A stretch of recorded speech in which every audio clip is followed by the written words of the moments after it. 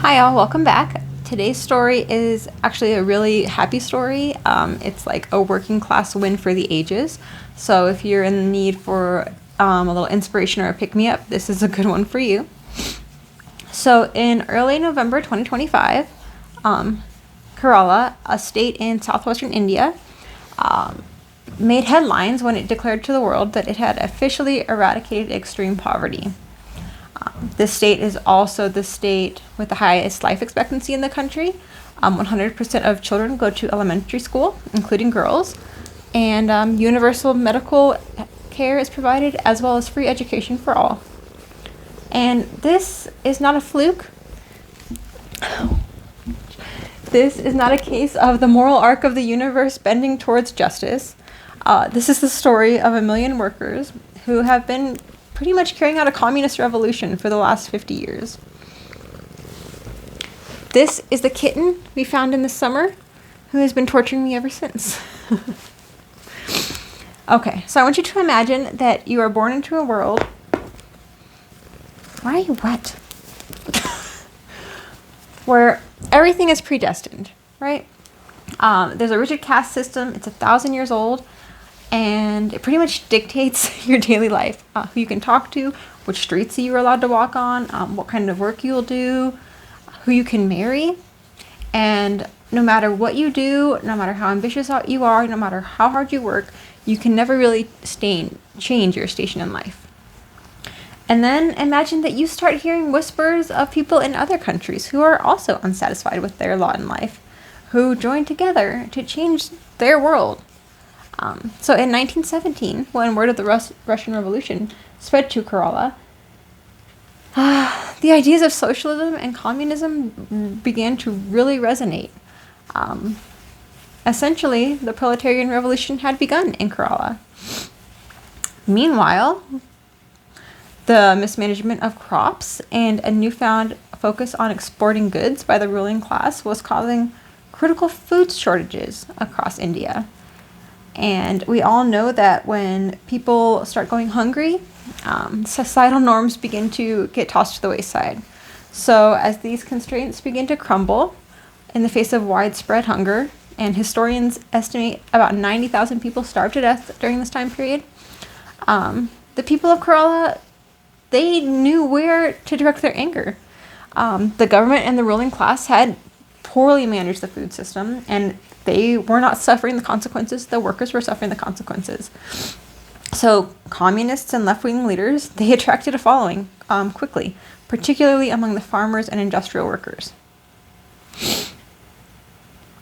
The growth of industries leading up to this had led to the formation of trade unions, and these unions became hotbeds of communist activity.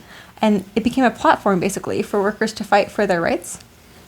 But as the mood became more desperate, these workers helped to stage a major general strike, and there was a lot of civil disobedience in 1938 that was being brutally suppressed by the government. The police, there were secret police, they were busting up union meetings, there was violence, protests were violently shut down. But Marxist ideology, with its emphasis on class struggle and social justice, it really resonated with the people, and they felt even more marginalized and even more oppressed. And in 1939, the official Communist Party of India was formed and basically consolidated all this leftist, socialist, communist movement and agitation across the country into one force. The Communist Party then went on to organize peasant movements against oppressive landlords. They demanded fair wages, land ownership rights for people in the lower castes who had been deprived of any such rights or opportunity to ever buy land, and also just better living conditions in general. Also food. They also demanded food. So, as in all countries, the communist, socialist, leftist movement was being brutally oppressed, right? But then something strange happened. The Soviets entered the war in 1942 on the side of the British. And at the time, the British were heavily influencing India. And so the opposition to the Soviets, therefore like communism, it was reduced pretty quickly. And the communist organizers, were kind of able to move kind of free of the threat of arrest for a little while. So they like really seized this moment, and they organized workers and farm workers and laborers to increase food production. And then they set up basically centers to distribute the food and make sure people were fed. They worked inside the trade unions. They organized workers in various industries. They started leading different strikes and protests, not for the reasons of labor, or anything like that, but like for a real class struggle. So they started pivoting away from like basic contract strikes and started pivoting towards, we're on strike until you make sure we have enough food to eat, and things like that. And like these threads that they built together, fighting for things, it made an incredibly strong trade union movement in Kerala, India. Another thing that they did was they began conducting night classes. They educated the children and the workers and taught them how to read and write.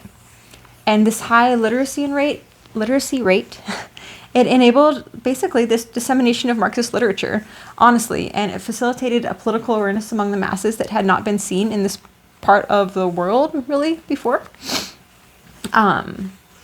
So by the end of World War II, there were about 45,000 workers that were part of this movement.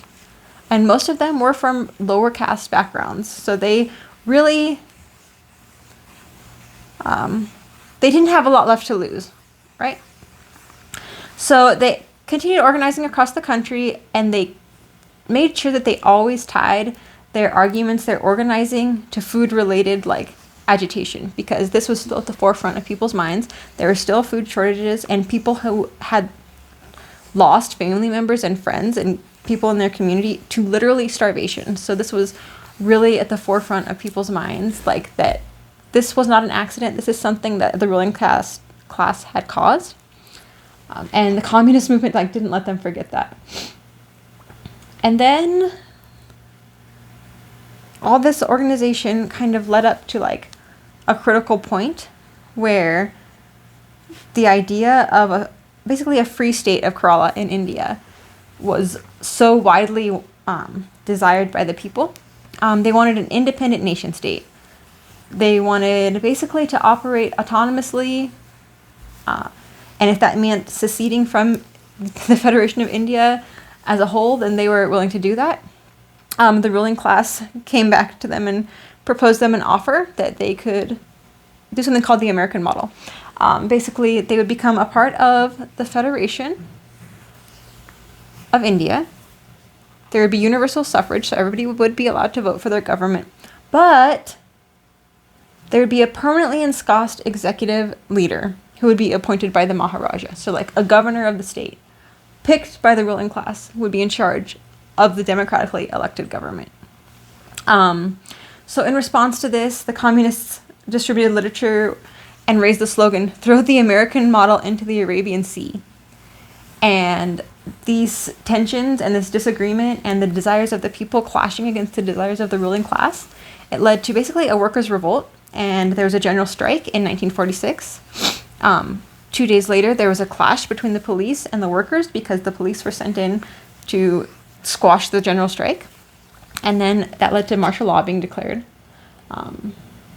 And then the military came in and raided the worker camps. And they opened fire on thousands of workers, and they killed hundreds of workers. And this was a mistake. This was a really big mistake. This led to the first working class revolt against the government in Indian history. There was like no going back at this point. So a few months after the uprising, in November of 1956, the state of Kerala did join the Indian Union. But there would be no permanently ensconced executive appointed by the Maharaja. Instead, assembly elections in the following year, they brought about the world's first democratically elected communist government. And this was like an unprecedented political shift. Like it was like a socio-political miracle, basically, that they had pulled this off. There wasn't like a big war, nothing. I mean, there was the uprising of the workers, but this was the first time that a communist government had been put in power without like war, basically. Unfortunately, When the Communist Party did assume power in 1957, guess who saw it as a potential threat? Washington, D.C. A May 1957 national security briefing noted that if Kerala's communist government succeeded in governance, it could inspire similar movements across India. The U.S. administration feared that economic progress under the Communist Party of India would make communism more acceptable nationwide and, even more worrisome, more acceptable worldwide.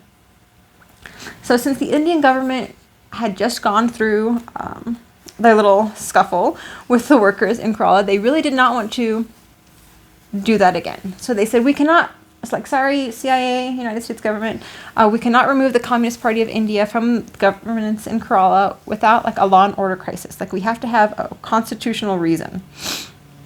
And so who's better at creating a law and order crisis than the CIA? I can't think of anybody, honestly. Reports indicate that the CIA funneled money to opposition groups to organize protests and massive labor strikes to infiltrate unions, and the really strong working class movement that had been built.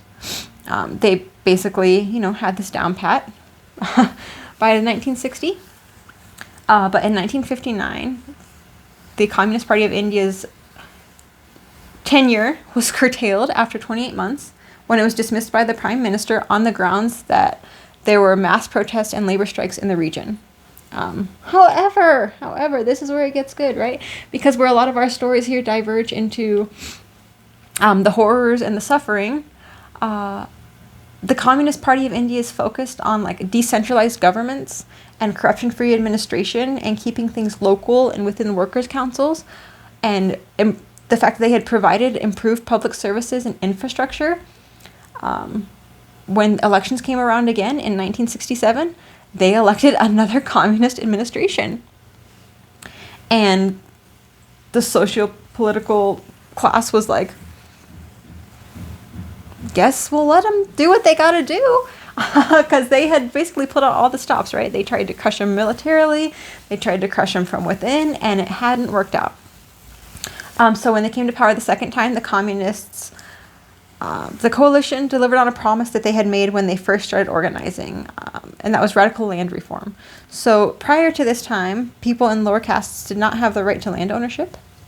And so this new policy involved taking over private land above a ceiling, right? So like, maybe you can own, I'm just making these numbers up, but say you can own privately 100 acres. Everything that you own after that gets distributed to somebody else.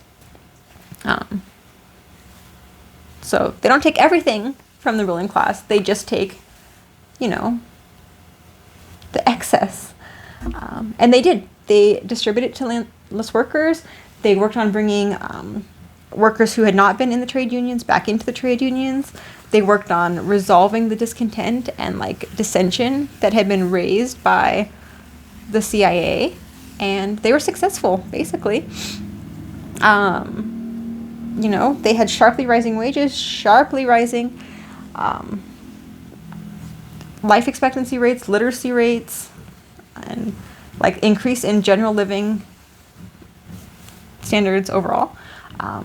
So since their return to power in 1967, communists have held the majority in Kerala, with a few brief interruptions by centrist leaders or social parties or more religiously leaning parties, but it always comes back to the Communist Party of India. And they have ruled the state of Kerala uninterrupted since 2016 now. And I think it's fascinating because communist governments, a communist administration, is consistently re-elected based on the policies that they have been allowed to put in place. They're just popular with the people. It is what it is. That's the government that people want. And somehow, because the people are savvy, there hasn't been it hasn't been stopped by foreign governments or foreign intervention or military intervention. Basically, they've kind of flown under the radar and gotten away with it. So a little less than half a century ago, when the Communist Party first gained influence, the poverty levels in the state were at 59%. As of 2011, that percentage dropped to 11.3%, which was less than half the national average at the time. And then during a special assembly of the Congress, the Communist Party of India, their leader said that the celebration of the 69th anniversary of the state of Kerala's formation marked the birth of a new era for the state. As of November 2025, Kerala has officially been declared an extreme poverty-free state. So for their purposes, they define extreme poverty as a state in which individuals or families are unable to meet even the most basic human needs, such as food, shelter, healthcare, education, and clothing. So, I mean, it's good to give things a narrow definition when you're saying you've completely eradicated them, right? And they say that this journey towards eradicating extreme poverty with this definition began in 2021 when they launched the Extreme Poverty Eradication Project. Basically what they did was they identified every single household in the state that was living through extreme poverty. They went to the very rural areas. They went into the more suburban, dense population areas, and they found someone went to every single household. And the people who were doing this were not government people. They were basically a coalition of what they call, excuse my pronunciation, I'm really going to do my best, Kurumbashri workers. And the Kurumbashri movement it basically emerged as a cornerstone of the social and economic transformation that has happened under the Communist Party in Kerala. And it is a women's collective. It is the largest women's collective in the world. I think there's 4.5 million women. And basically, it's just a network of women that's in every neighborhood, every town, every city, and just goes out and out and out. And at the most local level, they know their neighbors. They know who needs help. Expand that out, expand that out, expand that out. So nobody's getting missed, right? And basically they say this bottom-up approach, it's kept the bureaucratic delays that make governance so difficult in other countries. If everything is transparent and from the bottom up and being done by the people in the communities, there's less chance that funds that are being dispersed, say in the United States for welfare, get misused or, I don't know, held up by the president or things like that. Yes. Okay. So they identified all of these families, right? And they said they identified 64,000 families that were living in extreme poverty. Once they identified these families, they basically designed interventions tailored to each family's needs. So we're not tailoring the interventions to a specific demographic, right? It's what each family needs. The first phase of the project was getting people fed. So they basically handed out ration cards. The people who were very poor, who did not have the ability to cook, they were provided cooked meals.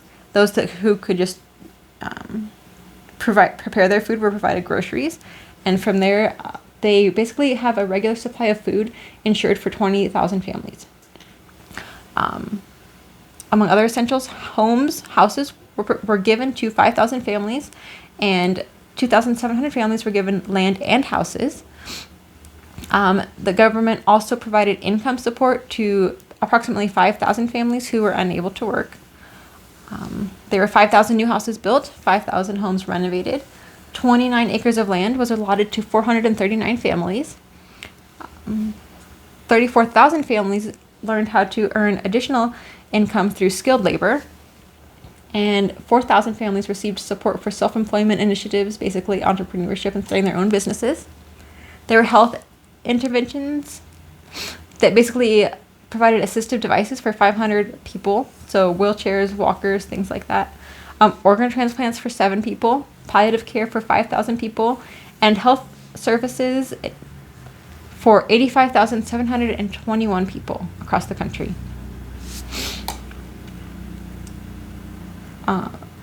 And that's basically all the work that they've done to date since 2021 to eradicate extreme poverty.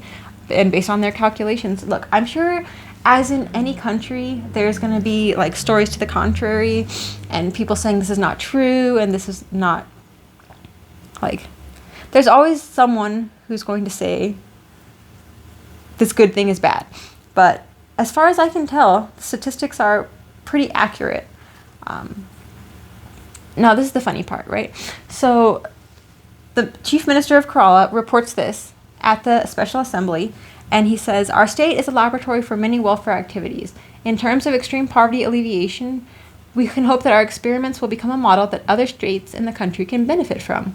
And in response, some right-wing members of Congress said that the declaration made by the minister was pure fraud and in contempt of the House rules. They said, "We cannot join in on this, and we are completely boycotting this session." The newspaper quoted the leader of the opposition in the assembly as saying. And, it's funny, when I was doing this reading to, like, kind of compile these things, academics and journalists, basically they refuse to acknowledge the deliberate actions of the communist government having contributed to Kerala's success. They consistently say, it's so funny, they're like, this doesn't make sense. Like, the economy doesn't make sense. Like, they're not trading, they're not focused on, like, exports. Like, it doesn't make sense. It doesn't make sense. They're investing in infrastructure. They're investing in education. They're investing in, like, the people. Like, how are they doing so well? It doesn't make sense. And even, like, the United Nations, who have done investigations, like, the experts, they shy away from saying, like, it was Marxist or communist programs that contributed to the success. So instead, they always refer to it as the Kerala model. Kerala model. So you can read up about that. Like, you'll see they referenced any successes in the state are referred to as the Kerala model. And yeah, that's about it. It's a good story, honestly. It's really impressive. You can see online often, like, parades or other things like that, and the workers are in the streets and they're waving their communist flags, their sickle and hammers, and it is, in my opinion, maybe the truest implementation of communism in the world right now. If somebody disagrees or has something that they think is being done even better, I would love to hear it in the comments. But it's really inspiring. And, they're really doing it. Honestly, they're doing it. Like, I mean, there's nothing else I need to say. Good job. Great job. They're doing it. I wish we were doing it, but there's always a chance. I don't know. Bye.